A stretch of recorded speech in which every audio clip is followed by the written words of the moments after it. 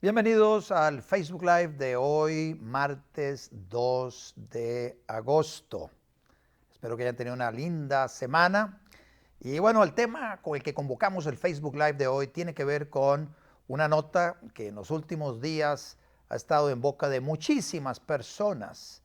Esta noticia tiene que ver con esta iniciativa de ley, proyecto de ley presentado en la Asamblea Legislativa, liderado por el diputado Gilbert Jiménez y acompañado por la firma de otros diputados, con la intención de reducir la cantidad de votos que se requieren para ganar la elección presidencial en primera ronda. No sé si ustedes saben, en Costa Rica se requiere al menos obtener el 40% de los votos válidos para que se pueda declarar a alguien ganador en primera ronda, y si no se llega a esa cifra, a ese porcentaje, las dos personas más votadas van a segunda ronda 2 meses después. Bueno, el diputado Gilbert Jiménez presenta un proyecto de ley, como les decía, acompañado por la firma de otros diputados, con intención de bajar ese umbral del 40% al 20%. ¿Qué opinan ustedes sobre eso? Esa es la reflexión que vamos a compartir al final del Facebook Live de hoy. Pero mientras llegamos allá, vamos a la sección de todo un poco.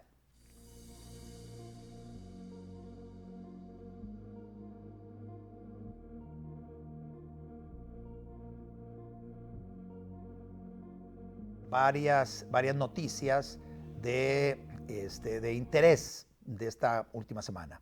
Una de ellas, la primera, tiene que ver con algo medio folclórico. Ustedes saben que yo soy liguista, sufrí muchísimo las dos series finales de la Liga Deportiva Alajuelense contra el Club Sport Cartaginés. Al final de cuentas, el Club Sport Cartaginés campeoniza.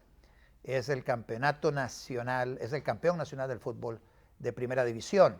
Bueno, ya empezó este torneo, es un torneo corto en vista de la participación de nuestra selección nacional en el Campeonato Mundial de Qatar.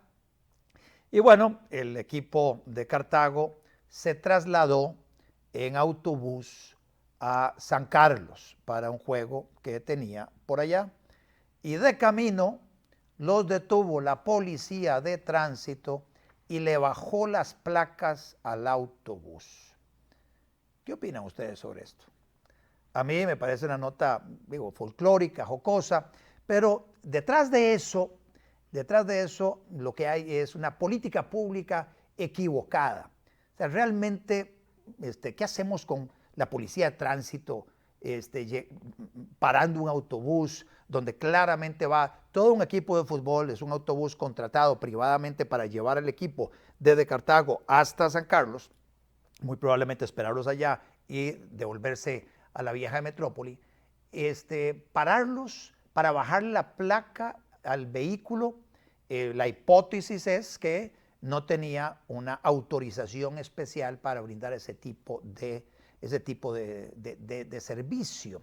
Y acá nos encontramos nuevamente con todas estas regulaciones y trabas que existen en el Consejo de Transporte Público y todo lo que tiene que ver con el transporte de personas a través de diferentes modalidades, desde aquella modalidad de un vehículo sedán de 4 personas, que es todas las regulaciones que hay sobre los servicios especiales de taxi, lo que son las plataformas tecnológicas que hoy son perseguidos aquellos que brindan el servicio de transporte de personas utilizando plataformas tecnológicas para cazar oferta con demanda. Me refiero a Uber, a Didi, a Bit, a cualquier otra InDriver, cualquier otra plataforma tecnológica. Estos son perseguidos por policía de tránsito, pero también, como en otros programas he mencionado, hay otros servicios que se brindan en Costa Rica. Hay servicios ocasionales, hay servicios de transporte de estudiantes, transporte de turistas, transporte de trabajadores y bueno, todo esto requiere de una tramitología ante el Ministerio de Obras Públicas y Transportes con el fin de obtener los permisos correspondientes, permisos que generalmente son por un periodo muy corto, que requieren renovaciones, dedicarle tiempo a esto y contratar a alguien, etcétera. Un montón de cosas muy absurdas que existen en esta materia. Bueno, efectivamente, esto que acaba de pasar con el Club Sport Cartaginés y el bus con el que se transportaba debe llevarnos a hacer modificaciones en esta normativa. Uno, todos los permisos que se brindan de servicios especiales, de trabajadores, de estudiantes, de turismo, deben extenderse por el resto de esta administración. Básicamente no someter a la gente a tener que llegar cada 6 meses a renovar permisos, cada año a renovar permisos. Extienda los permisos durante el resto de la administración. Luego, simplifique los procesos para que se pueda hacer de forma digital también las solicitudes de renovaciones si es que hay que hacer algún tipo de renovación. Me parece absurdo inclusive hacer algún tipo de renovación.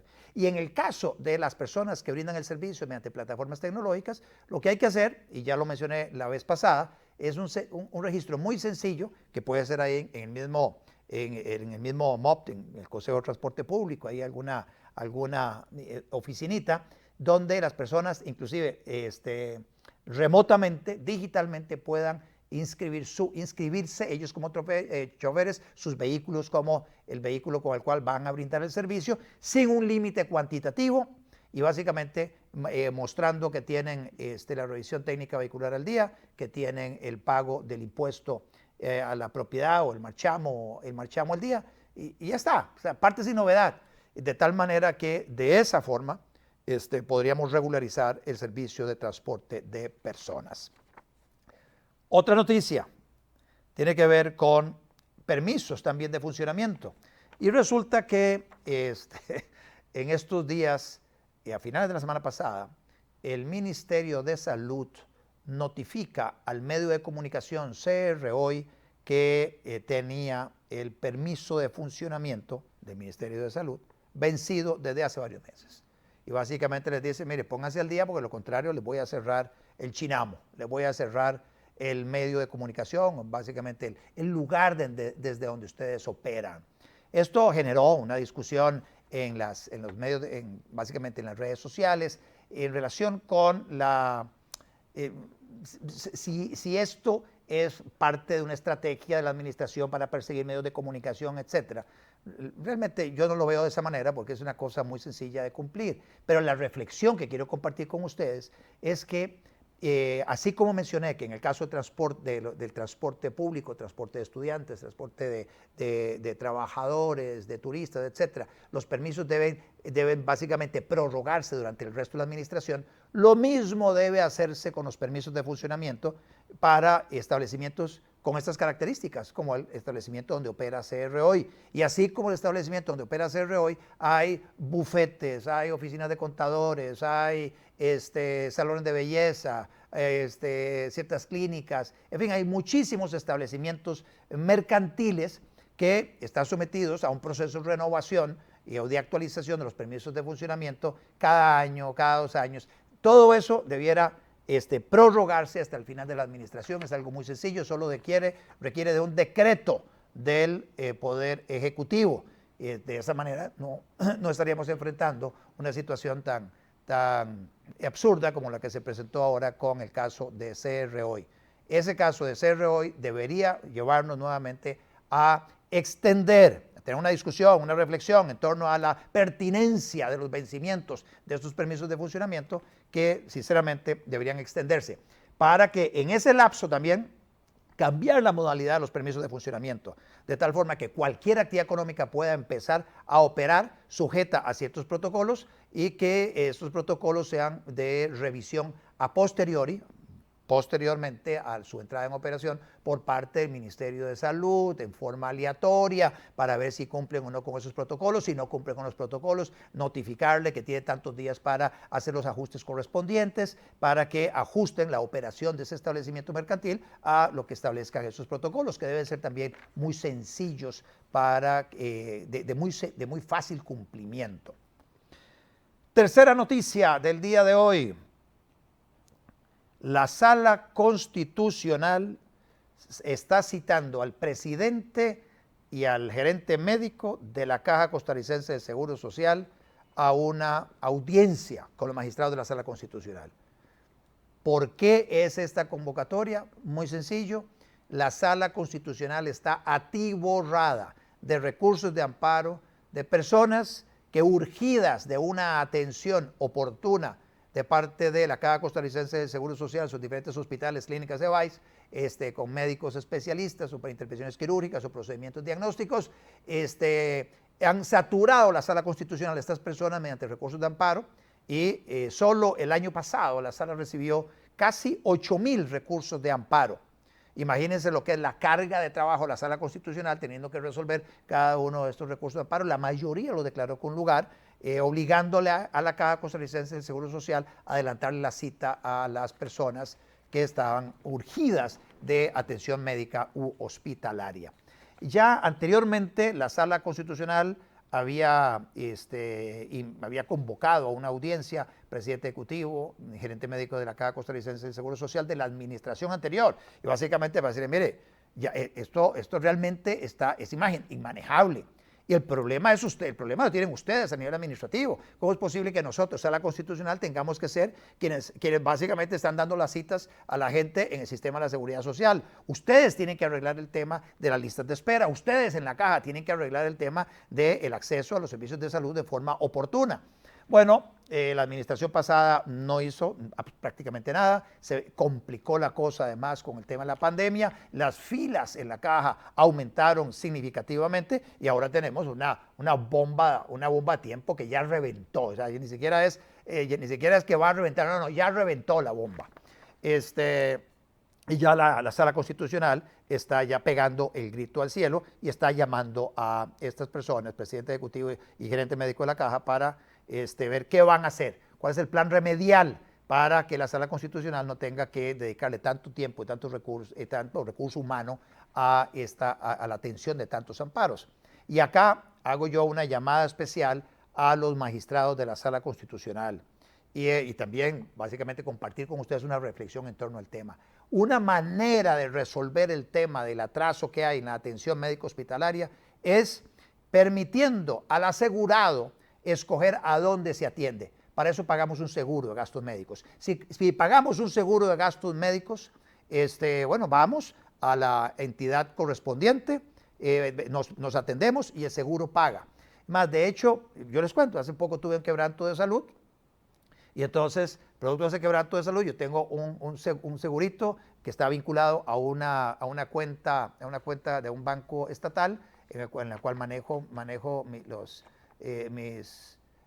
mis recursos, y bueno, y hay una entidad aseguradora privada que brinda ese seguro a aquellas personas vinculadas a las cuentas de este banco. Bueno, con ese seguro, ese seguro en este caso es de reembolso, es de reintegro. Bueno, con ese seguro yo voy, me atiendo donde yo quiera, y luego presento facturas y el seguro me las paga.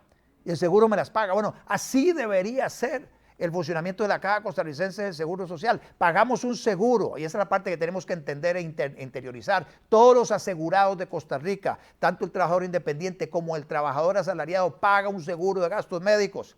Y pagando un seguro de gastos médicos, si la Caja no está en condiciones de atenderle, uno debería tener el derecho de atenderse privadamente y que el seguro pague a esa persona, a esa empresa, a esa entidad que le brinde a uno la satisfacción de la necesidad, ya sea la cita con un especialista, ya sea el procedimiento diagnóstico. Yo tuve que hacerme unas placas de tórax, bueno, todo eso me lo pagó el seguro, los medicamentos, me lo pagó el seguro, bueno, todo eso me lo pagó el seguro. Es un seguro que pago todos los meses para cubrir a 5 personas de mi familia y pago mucho menos, pero mucho menos de lo que paga pagan muchas personas a la Caja Costarricense de Seguro Social por el gasto, por el seguro de gastos médicos, por seguro de enfermedad y maternidad. Así que, señores magistrados, es por ahí. Es dejar de presionar a la caja para que le adelante la cita a alguien. No, es reconocerle al asegurado que es asegurado y que tiene derecho a escoger a dónde se atiende y que el seguro pague. Otro tema, la cuarta noticia del día en esta sección de Todo un poco. La Contraloría General de la República critica el uso de fideicomisos en el sector público. Y es que en los últimos años las entidades públicas han recurrido cada vez más a fideicomisos para lograr el cumplimiento de ciertos fines, ciertos objetivos, pero también para escapar un poco de los controles de Contraloría General de la República. Y es así como, doy un ejemplo, Asamblea Legislativa decide cambiarse de sede o decide construir una nueva sede. Uno podría preguntarse, bueno, la Asamblea Legislativa fue que sacó a licitación la construcción de la nueva sede y escogió al mejor oferente, etcétera. ¿Es esa la ruta que se siguió? No, esa no fue la ruta que se siguió. Se firmó un contrato de fideicomiso entre la Asamblea Legislativa y el Banco de Costa Rica. Y es el Banco de Costa Rica el que sacó a licitación el diseño primero y la construcción, supervisión de la obra de la Asamblea Legislativa. Es este fideicomiso el dueño del inmueble, es el que lo tiene durante los siguientes años y por una suma mensual o una suma anual se lo facilita a la Asamblea Legislativa, la cual luego de muchos años de estarle pagando al fideicomiso, finalmente cuando se cumplan ciertos años, el fideicomiso le traslada a título gratuito le traslada, después de hacer tantos pagos, le traslada el inmueble a la Asamblea Legislativa. Esta manera de hacer las cosas le permitió al Banco de Costa Rica hacer una contratación prácticamente privada, no hace licitaciones públicas como las que se conocen en el sector público para encontrar el proveedor, no solo de los servicios de construcción, sino también de equipamiento del edificio y el resto de servicios asociados. Bueno, así como se hizo así la Asamblea Legislativa, hay muchos fideicomisos en el sector público donde básicamente se trasladan activos fuera del ámbito de control de una entidad. Allá se manejan, el ICE lo ha hecho reiteradamente en la construcción de varios de sus proyectos de generación eléctrica, donde recurre al fideicomiso como una manera inclusive de que desde el fideicomiso se hagan contrataciones privadas, porque el fideicomiso es una entidad de derecho privado, entonces no se rige por los procedimientos de contratación administrativa, únicamente por los principios, y los principios son en algunos casos fácilmente burlables o fácilmente acomodables para favorecer a ciertos proveedores en particular. No necesariamente se compran los bienes y servicios más baratos, etcétera. Pero sí, la fuerte llamada de atención de la Contralora es una manera de sacar a los entes públicos del ojo avisor de la Contraloría y de los controles de la ley de contratación administrativa, de los procedimientos de la ley de contratación administrativa. Yo estoy totalmente de acuerdo con la señora Contralora, me parece que debemos poner orden en el sector público, debemos hacer las cosas a través de las entidades públicas y más bien lo que hay que hacer es sacar al Estado de un montón de actividades económicas y entonces reducir las funciones del Estado y la actividad del Estado a aquello que es estrictamente necesario para salvaguardar por parte del Estado las libertades fundamentales de los ciudadanos.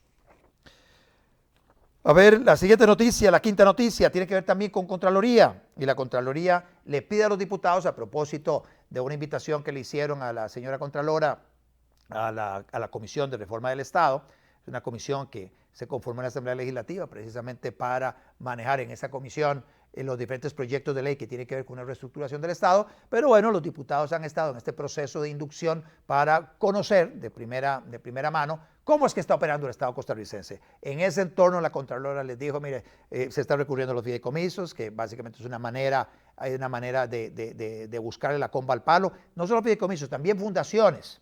También fundaciones, es trasladar activos a fundaciones o hacer convenios con fundaciones. Las fundaciones se encargan de, vinculadas a entidades públicas, se encargan de privatizar ingresos, ellas generan sus propios ingresos que manejan allá básicamente con mucha discrecionalidad, y por otro lado los gastos de operación de las fundaciones se lo cargan a la entidad pública correspondiente. Y ahí están todas las fundaciones de las universidades del Estado, hubo fundación en el pasado vinculada al CINAR, hubo otra fundación vinculada al Museo Nacional, en fin, hay fundación de parques nacionales. Ha habido, bueno, la Fundación Omar Dengo es otra fundación que de alguna manera nace allá en los 80s, impulsada por ministros de aquel entonces y con el propósito de manejar fondos públicos, pero gestionados casi que en forma privada. Entonces, desde el Ministerio de Educación Pública se le hace una transferencia, por ejemplo, a la Fundación Omar Dengo, multimillonaria todos los años, para que ellos se encarguen en teoría del proyecto y del programa de informática educativa. Bueno,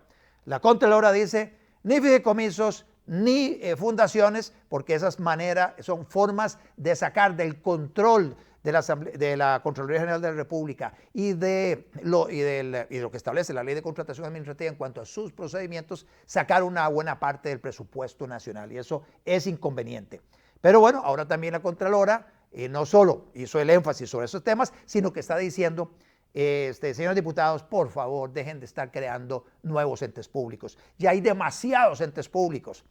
Hace poco un reportaje en estos días dio cuenta de que en la administración pasada se crearon 14 nuevas entidades públicas en el cuatrienio pasado. Ahí están las tres nuevas municipalidades, 3 nuevos gobiernos locales, pero también hay fideicomisos y también hubo una agencia espacial que se creó también en la administración pasada, entre varias otras entidades públicas. La Contralora hace un llamado a que ya no más, a que paren el crecimiento de la frondosa burocracia estatal. La misma ministra de Planificación hace algunas semanas presentó en la Asamblea Legislativa un proyecto de ley que busca que en aquellos casos en que los diputados pretendan aprobar nuevas entidades públicas se le haga una consulta obligatoria al Ministerio de Planificación, con el propósito de que el Ministerio de Planificación primero tenga mapeadas las intenciones de la Asamblea Legislativa, pero también pueda decir algo sobre el particular. Lo que diga no es vinculante, pero bueno, ya es para tomar en consideración ese insumo, con el propósito de ojalá poner un poco de freno a esa multiplicación de los entes públicos, y más bien ojalá podamos ir a una etapa donde vayamos reduciendo sustancialmente la cantidad de entes públicos en nuestro país, como lo hemos planteado en otros Facebook Lives anteriores. La sexta noticia del día de hoy tiene que ver con el Ministerio de Seguridad, que está asumiendo el mando de la Policía de Fronteras. Eso me parece una buena iniciativa. Me parece que la fuerza pública y el ministro de Seguridad al frente de la fuerza pública debería empezar a tomar un poco más de control de las diferentes policías que existen en el país, con el propósito de tener ciertas economías de escala, con el propósito de tener más coordinación entre los aparatos, entre las fuerzas policiales, porque no solo teníamos policía de fronteras, tenemos policía de migración, tenemos policía turística, tenemos policía fiscal, policía aduanera. O sea, hay varias policías que tienen, ámbitos de acción muy específicos, policía de tránsito, por ejemplo, ámbitos de acción muy específicos, que si se coordinaran de una mejor manera, se tendría un mayor músculo para enfrentar la criminalidad en el país. Así que en buena hora, esta decisión tomada por el ministro Jorge Torres del Ministerio de Seguridad Pública de tomar el mando de la Policía de Fronteras. Y la siguiente noticia, la noticia número 7, tiene que ver inclusive con el mismo ministro de Seguridad. El ministro de Seguridad pretende crear la Dirección de Inteligencia y Análisis Criminal, básicamente dentro de la estructura del Ministerio de Seguridad Pública. Y una pregunta que uno se hace es, bueno, ¿y qué hacemos con la Dirección de Inteligencia y Seguridad, la DIS? Porque la DIS no está adscrita al Ministerio de Seguridad Pública. La DIS está adscrita a Presidencia de la República. Entonces, una propuesta que yo hice siendo diputado la vez pasada, el 2014-2018, presenté 2 iniciativas, una la archivaron muy rápido, la otra tuvo un poco más de meses de vida hasta que finalmente fue archivada, pero esa iniciativa me parece que hay que rescatarla, que es el proyecto de ley para cerrar la Dirección de Inteligencia y Seguridad adscrita a la Presidencia de la República, en vista de que esta policía, precisamente de donde viene el señor ministro de Seguridad, Jorge Torres, estuvo vinculado a la DIS durante muchísimos años. La DIS se ha prestado en el pasado para ser una policía política, una policía para samuelear la vida de diferentes personalidades del país, ya sea dirigentes políticos, dirigentes sindicales, dirigentes empresariales, etc. O sea, la DIS en el pasado se ha mal utilizado. Y por eso es que una policía como esta no debería existir en nuestro país. Una policía adscrita a la Presidencia de la República definitivamente no es conveniente. Y bueno, pareciera que el momento es oportuno, ahora que el ministro habla de crear esta Dirección de Inteligencia y Análisis Criminal para entonces trasladar la DIS básicamente de Presidencia de la República, trasladarla al Ministerio de Seguridad Pública bajo control del ministro de Seguridad Pública y ya sacar de esa competencia o de esa fiscalización y ese tal vez del ejercicio de esa competencia de supervisión al Ministerio de la Presidencia. Entonces, en buena hora que se está pensando en hacer eso, pero sí debe venir de la mano de la eliminación de la Dirección de Inteligencia y Seguridad Nacional adscrita a Presidencia. No he escuchado que se vaya a plantear de esa manera. Ojalá ahora en la Comisión de Reforma del Estado se presente el proyecto de ley y se tramite allá para cerrarla de este lado, del lado de la Presidencia, cerrar la DIS y abrir entonces esta otra dirección o este otro departamento dentro de Fuerza Pública. La octava noticia tiene que ver con una entrevista que le hicieron a la diputada Pilar Cisneros Gallo sobre el tamaño del Estado, nuevamente en el entorno de esa comisión de reforma del Estado. En ese entorno se ha discutido, bueno, cómo es que perciben las diferentes bancadas, los líderes de los diferentes grupos parlamentarios, cómo conciben la reforma del Estado y uno se queda con un sinsabor porque uno siente que no vienen reformas de calado profundo. Y calado profundo tiene que ver con cierre de instituciones, con reducción sustancial del tamaño de la planilla del Estado, delimitación muy clara de las competencias de los poderes o de gobierno y recuperar espacios de libertad para los individuos. O sea, no siento que por ahí vayan las cosas, mucho menos el tema de venta de activos o de apertura de mercados que son absolutamente necesarias en Costa Rica con el propósito de que podamos atraer más inversión, podamos bajar el costo de vida de todos los costarricenses, generar más puestos de trabajo, pero sacando al Estado de esas actividades económicas. Inclusive el mismo planteamiento de si el Estado tiene competencias o debería tener competencias para dedicarse a actividades mercantiles. ¿Debe el Estado participar en intermediación financiera? ¿Debe el Estado participar en la venta de seguros comerciales? ¿Debe el Estado manejar una empresa de correos?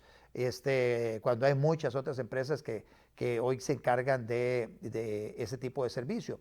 ¿Debe el Estado manejar una televisora cuando hay otras televisoras? ¿Y debe el Estado tener una radio cuando hay muchísimas radioemisoras? Bueno, todo este tipo, debe el Estado brindar servicios de telecomunicaciones. Toda esa reflexión en torno a la participación del Estado en actividades mercantiles, a mi juicio, debe ser parte de la discusión que se dé en esa comisión de reforma del Estado en la Asamblea Legislativa. Sin embargo, si por la víspera se saca el día, no me siento muy optimista de que en esa comisión se vaya a dar esa discusión que yo acabo de plantear acá sobre sacar al Estado de actividades mercantiles donde ya está participando activamente el sector privado y donde el Estado realmente no tendría que estar participando. Porque si el argumento fuera, es que son muy lucrativas esas actividades, entonces ahí se abren las puertas para que el Estado pueda participar en cualquier actividad económica.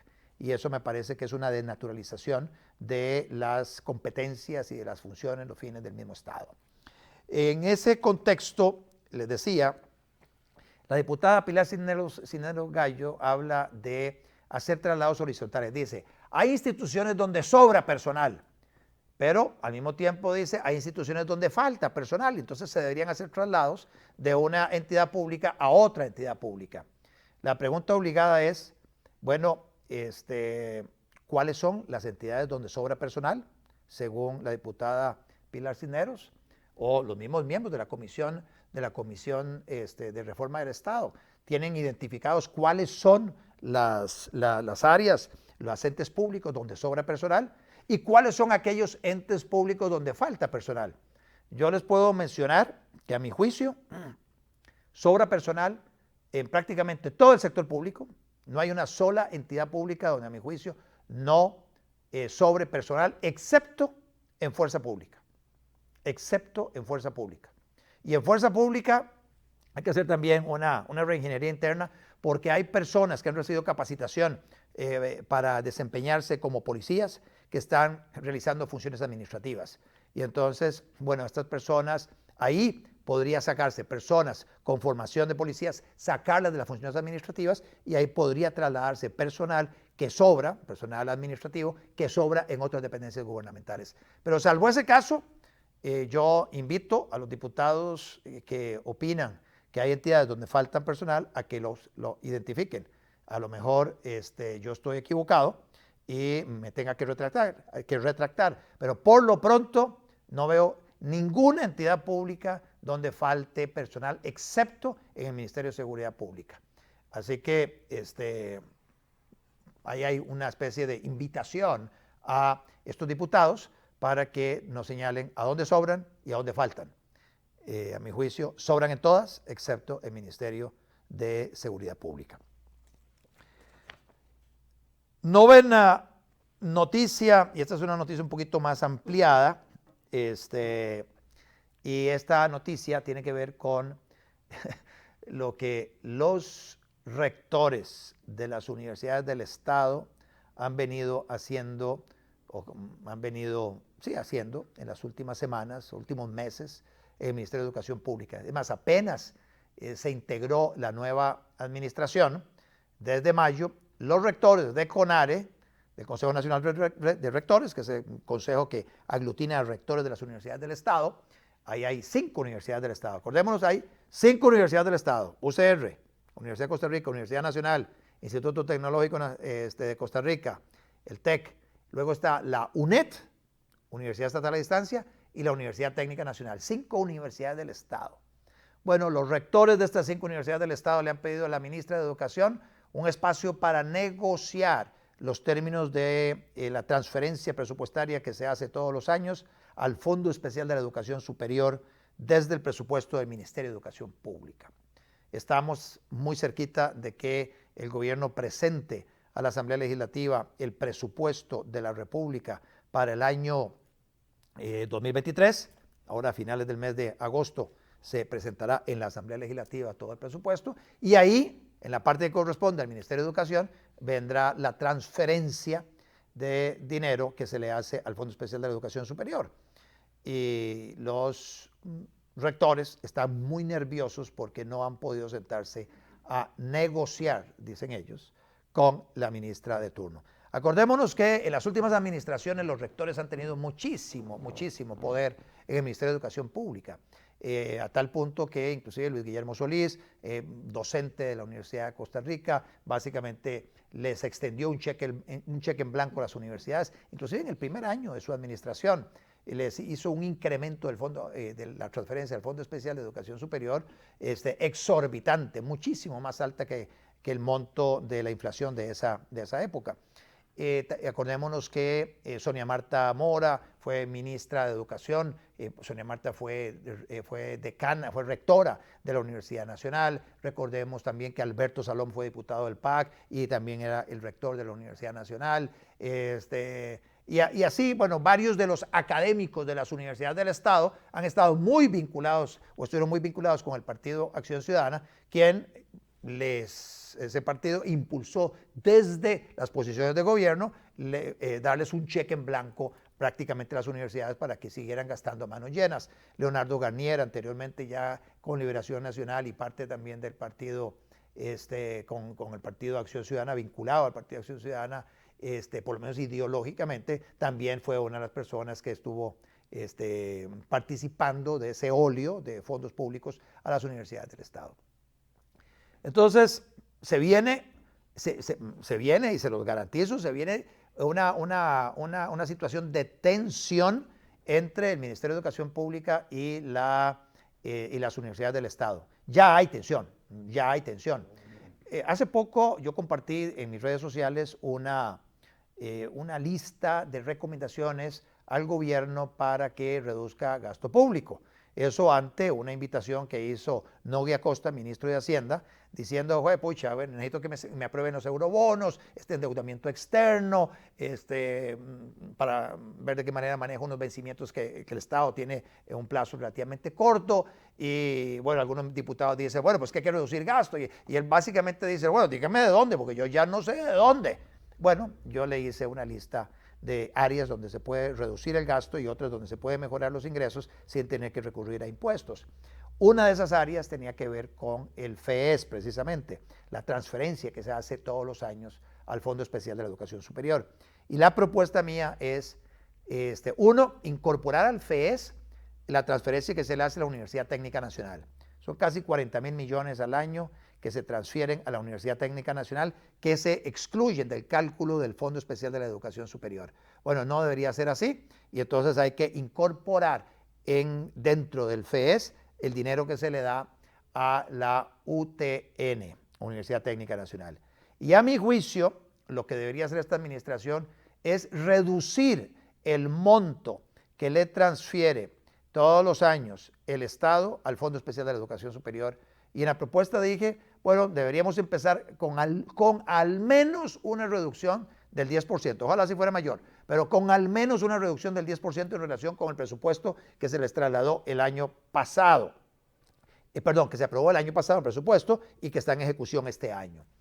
Con esa reducción de al menos el 10%, las universidades sí o sí van a tener que hacer ajustes en su estructura de gastos.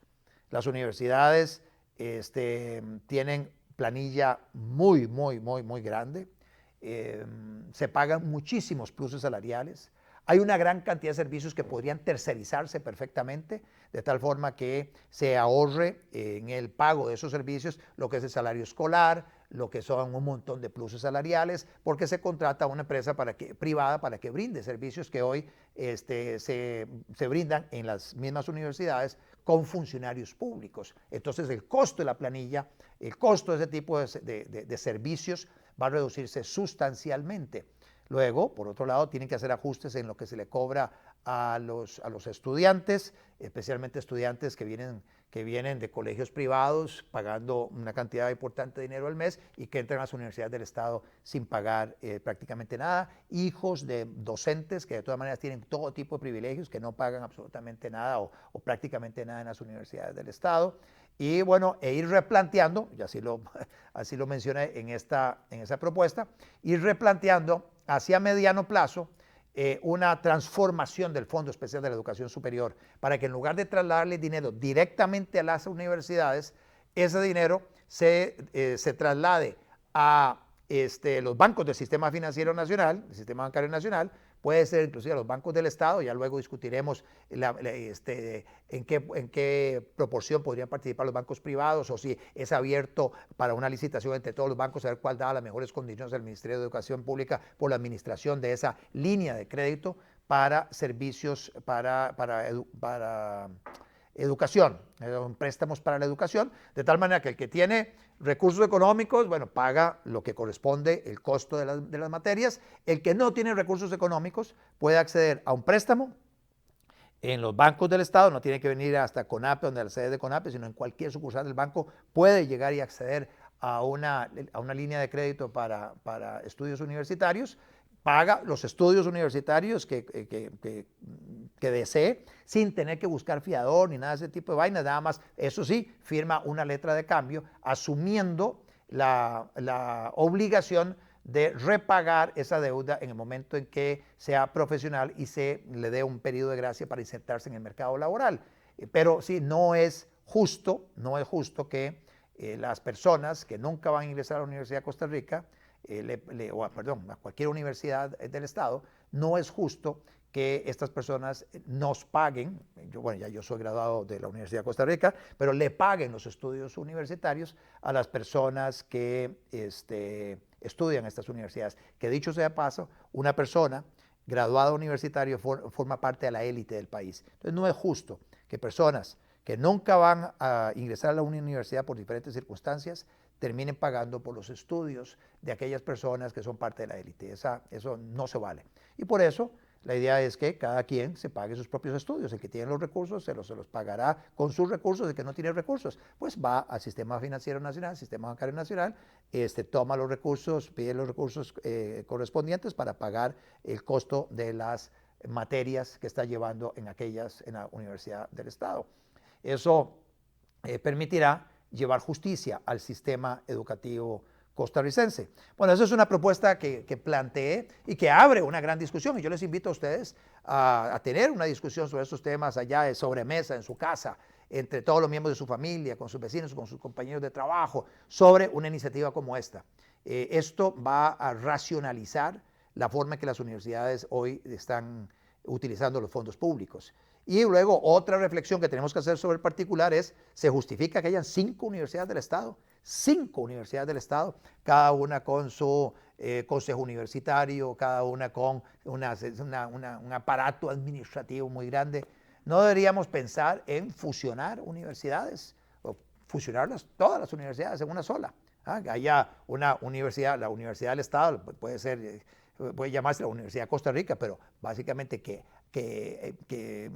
absorba todas las otras. Entonces tiene carreras técnicas que se dan en tal área, hay carreras de tal cosa y tal otra, pero tiene una estructura administrativa que es común a lo que hoy son las 5 universidades. Es una manera también de economizar recursos y tener ciertas economías de escala. Esa es otra reflexión que yo les invito a tener ustedes a nivel de sobremesa o de conversación de tragos, de conversación social, sobre si deberíamos tener 5 universidades en Costa Rica.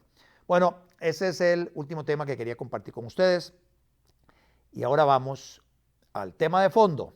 El tema de fondo siendo lo que les comenté al inicio, siendo la iniciativa del diputado Gilbert Jiménez de reducir la cantidad de votos que se requieren para ganar en primera ronda la carrera presidencial. Ya venimos con el tema de fondo.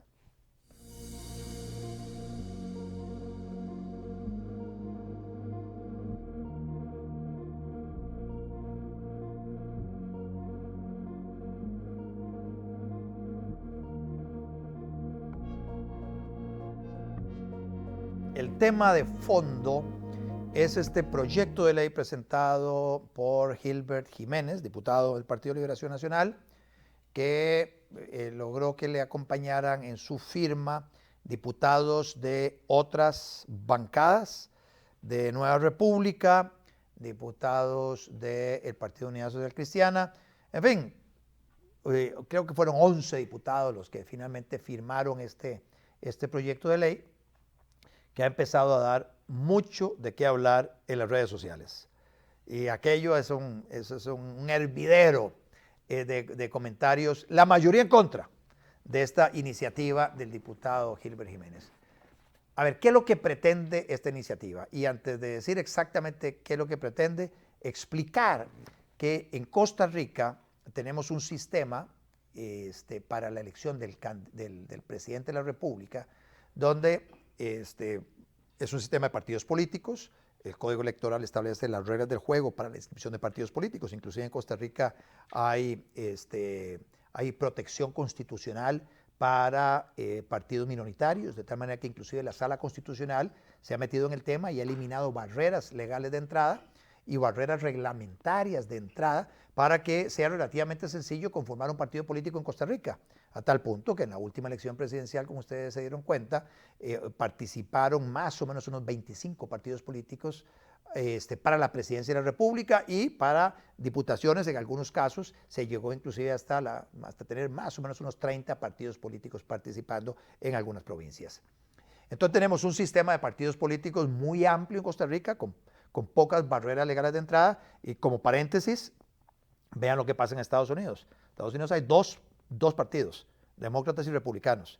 Y con un esfuerzo muy grande, por ahí el Partido Libertario de vez en cuando tiene una aparición, y en algún momento un tipo Ross Perot tuvo la posibilidad de llegar gastándose una millonada. Bueno, ese es el sistema que hay en los Estados Unidos. Es un sistema que básicamente está diseñado para tener dos partidos. Inclusive la forma en que se distribuyen allá los escaños para el Senado es un sistema de que el ganador se lo lleva todo. Básicamente son dos personas que representan cada estado. Y luego también las circunscripciones que hay a nivel de la elección de la Cámara de Representantes también son circunscripciones más pequeñas donde se elige a un representante.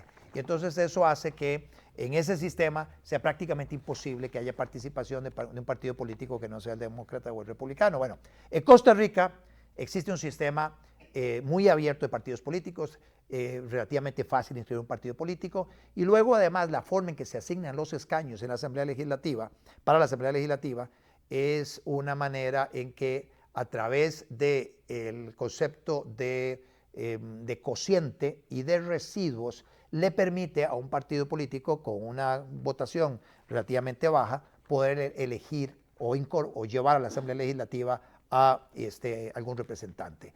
En San José, por ejemplo, se requiere más o menos el 3% de los votos para poder acceder a un escaño en la Asamblea Legislativa. En el caso de las provincias de Punta Arenas y de Limón, se requieren al menos un 10% para acceder a un puesto. En el caso de Guanacaste, un 12.5%. En el caso de Cartago, más o menos con un 8% se logra un escaño. En el caso de Heredia, un poquito más arriba del 8%. Bueno, así en Alajuela anda como un 5% y un resto se logra tener chance de elegir una persona que le represente en la Asamblea Legislativa. Eso a nivel de Asamblea Legislativa.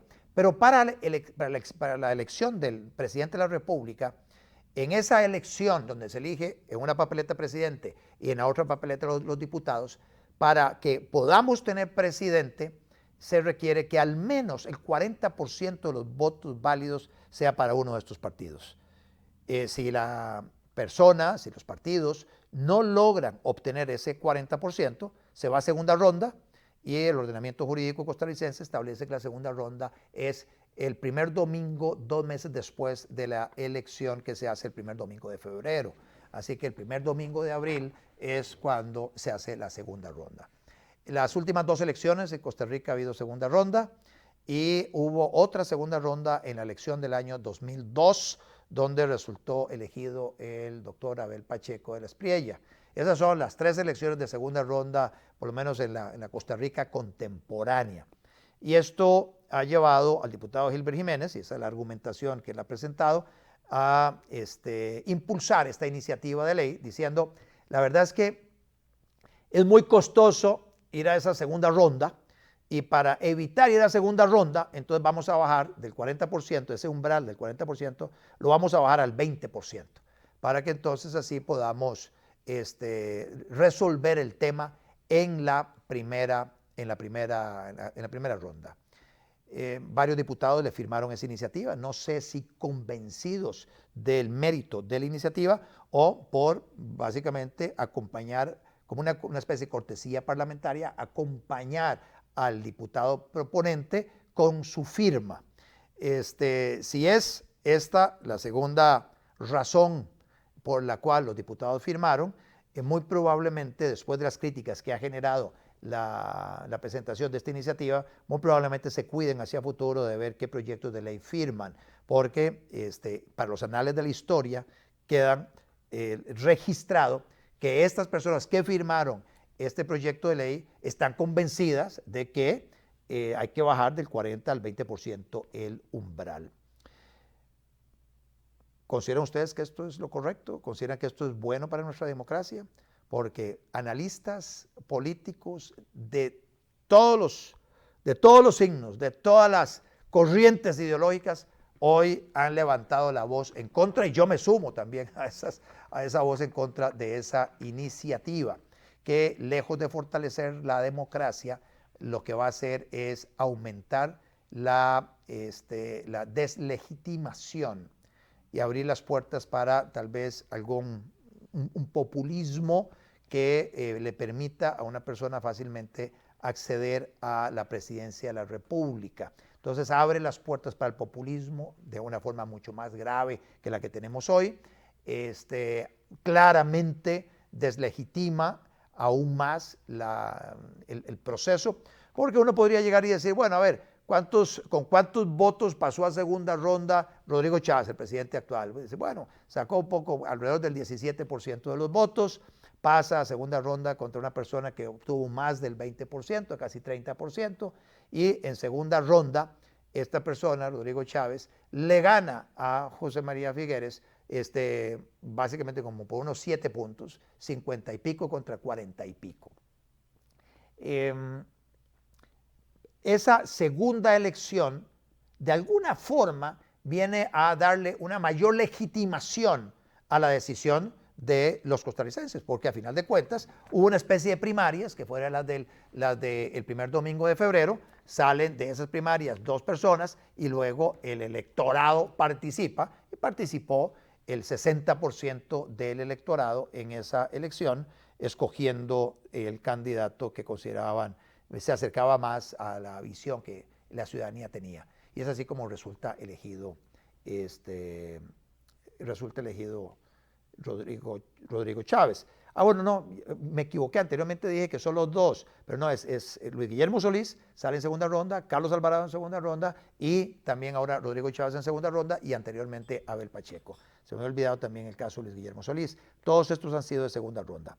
A mi juicio, el tema de la segunda ronda en estas condiciones permite que el presidente que salga elegido salga de alguna forma blindado con un buen respaldo popular. En el caso de Luis Guillermo Solís fueron más de 1 millón de votos, en el caso de Carlos Alvarado la misma historia, ahora en este caso fue un poco menos, pero bueno, siempre hay un porcentaje muy amplio de la ciudadanía que respalda al candidato que finalmente resultó elegido. Así que por el lado de legitimación, esta iniciativa claramente afecta la legitimación. Luego, por el lado de abrir las puertas a alguna persona muy populista, en un sistema de partidos como el que tenemos nosotros, hay de todo. O sea, puede llegar una persona relativamente irresponsable, pero si logra seducir a una cantidad importante de votos, bueno, irá a una segunda ronda contra una persona que puede ser mucho más seria y que en segunda ronda esta persona pueda derrotar a la persona irresponsable, populista, etcétera. Esas son posibilidades que abre el sistema democrático nuestro de 2 rondas. Así que no hay por ahí tampoco una justificación que uno diga, bueno, la verdad es que sí, sacrifiquemos este sistema democrático nuestro bajando el umbral. La otra razón que se esgrime es que esto nos permite ahorrar los gastos de segunda ronda que se estimaron en más o menos unos 3,000 millones de colones. Y dice uno, bueno, economizarse 3,000 millones de colones afectando todo nuestro sistema democrático, me parece que no justifica. Es más, yo lo plantearía en esos términos. Lo que debemos hacer es eliminar la deuda política. Eliminemos la deuda política, eliminemos la contribución del Estado a los partidos políticos y que los partidos políticos se financien con las contribuciones voluntarias de sus allegados. De esa manera vamos a tener campañas políticas más frugales. De hecho, hoy con las redes sociales los gastos deberían reducirse sustancialmente. Ahora estaba revisando en una nota de prensa cómo es que se distribuyó la contribución del Estado a los partidos políticos que tuvieron derecho a contribución del Estado en las últimas elecciones, y uno se da cuenta que una muy buena parte de los gastos fueron servicios, ya sea honorarios, servicios profesionales o planilla. Entonces, la mística se perdió hace muchísimo rato. Entonces, ¿cómo es la cosa? O sea, para que los partidos políticos puedan eventualmente participar, tienen que pagarle a un ejército de personas para que trabajen. Para esa gracia, mejor entonces volvemos nuevamente al tema de la eliminación de la deuda política, de la construcción del Estado para que las personas voluntariamente trabajen en los diferentes partidos. Y así se acaba todo tipo de tener que fiscalizar a los partidos políticos y cosas de esas. Ya cada quien con la manera en que recibe sus fondos y le da cuentas al Tribunal Supremo de Elecciones y a la ciudadanía de dónde vienen sus recursos, quiénes son sus donantes, etcétera. Y con eso se levantan los recursos que les permita participar en una forma eficiente en una campaña política. Y hoy, como les digo, las redes sociales han abaratado dramáticamente los costos para poder llevar el mensaje hasta el último rincón del país. Así que tampoco se justifica. Si Gilbert Jiménez y estos diputados están preocupados por esos 3.000 millones, entonces más bien eliminemos la contribución del Estado a los partidos políticos o reduzcámosla aún más, diciendo que no se utilice para pagar planilla, que solo se utilice para pagar cierto tipo de servicios en medios de comunicación y las redes sociales, de tal forma que por lo menos tengan acceso a un poco de dinero para llevar el mensaje hasta el último rincón, pero eliminando lo que son gastos de transporte, gastos de planilla,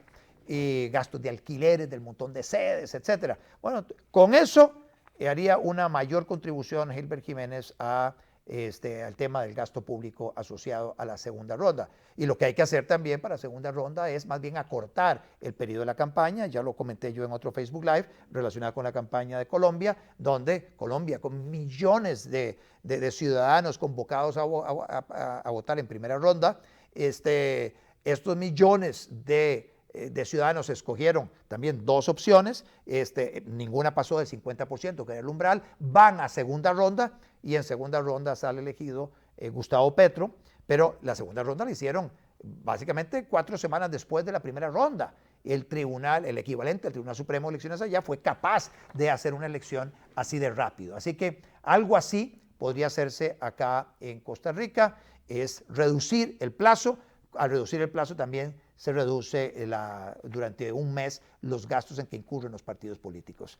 Esa debiera ser la ruta. Dichosamente, ya para ir terminando y cerrando este tema, dichosamente ya varias bancadas legislativas han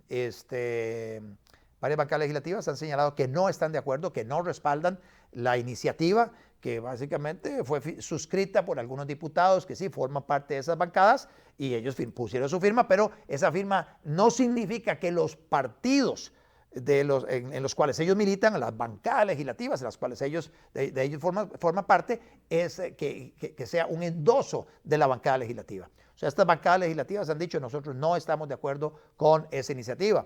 Y esto requiere claramente una reforma en el ordenamiento jurídico de calado profundo que va a requerir de que haya un gran consenso en la Asamblea Legislativa para que pueda pasar y dichosamente por la reacción de la ciudadanía y la reacción de varias bancadas legislativas esto no va a ser posible, así que esto quedará como parte de las anécdotas de esta Asamblea Legislativa, iniciativas de ley que desde que nacen muertas. Vamos muy rápidamente a la sección de comentarios de ustedes. Vamos a ver acá qué comentarios me han pasado acá de la producción. Un saludo a Janet Zúñiga. Esto es lo que me gusta de Don Otto, analiza temas actuales de interés para todos, lo recomiendo como siempre. Muchas gracias, Janet, por su comentario. Tengo a Alejandro GZ, dice definitivamente es un atentado contra la democracia. ¿Dónde están los medios tradicionales del presidente del tribunal que no se pronuncian? Bueno, ya hay varias, Alejandro, ya hay varias personas que se han estado pronunciando, inclusive y la expresidenta Chinchilla, y hace poco, que está muy activo últimamente en las redes sociales y más después de renunciar al Partido de Liberación Nacional, salió a decir que es una barbaridad y básicamente hablar en contra del proyecto. El tribunal no le corresponde pronunciarse en este momento, sino cuando le consulten.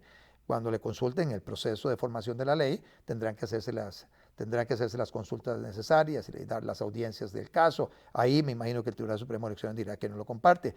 De hecho, inclusive Daniel Sobato, que es una persona con amplia experiencia en el tema de elecciones a nivel de todo Iberoamérica, Daniel Sobato también hizo un comentario en su red social de Twitter, un hilo, o sea, unos buenos aportes, hizo unos 4 o 5 tweets amarrados en hilo que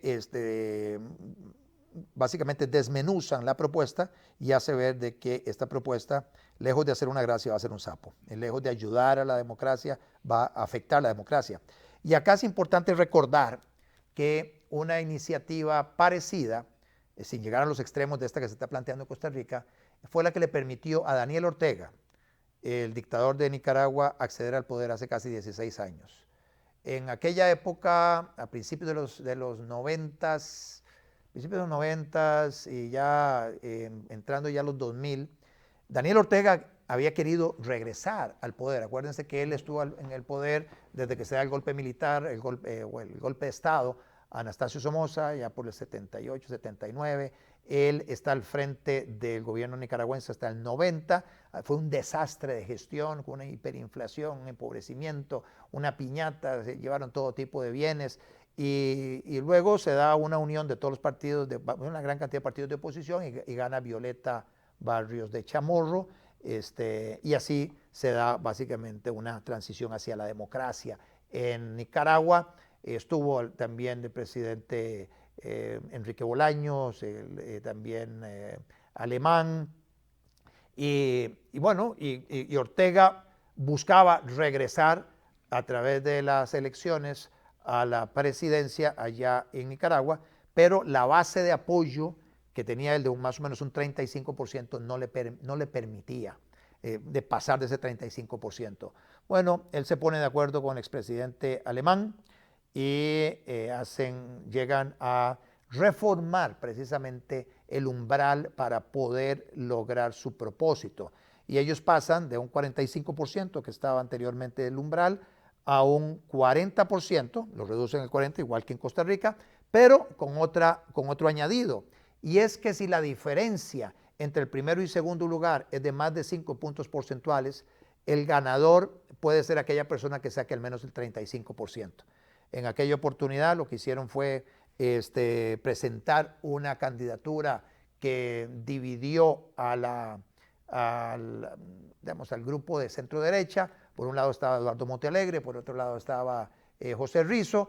Uno sacó el 20 y piquito por ciento, el otro sacó casi el 30%, pero la diferencia entre Daniel Ortega y Eduardo Montealegre, que quedó en segundo lugar en esa elección, fue de más de 5 puntos, y eso le permitió a Daniel Ortega, con el 35%, llegar a hacerse de la presidencia de la República. El resto es historia. A partir de ahí empezó un proceso de concentración de poder que lo tiene hoy avasallando derechos de las personas en ese hermano país del norte. Tiene más de 300 presos políticos, está cerrando radioemisoras, persiguiendo monjitas, cerrando iglesias, está encarcelando empresarios. En fin, es un régimen de terror que se está viviendo hoy, una clara dictadura, que es lo que se está viviendo en Nicaragua, donde inclusive Daniel Ortega, hoy con su esposa como vicepresidente, se ha reelegido ya en varias oportunidades.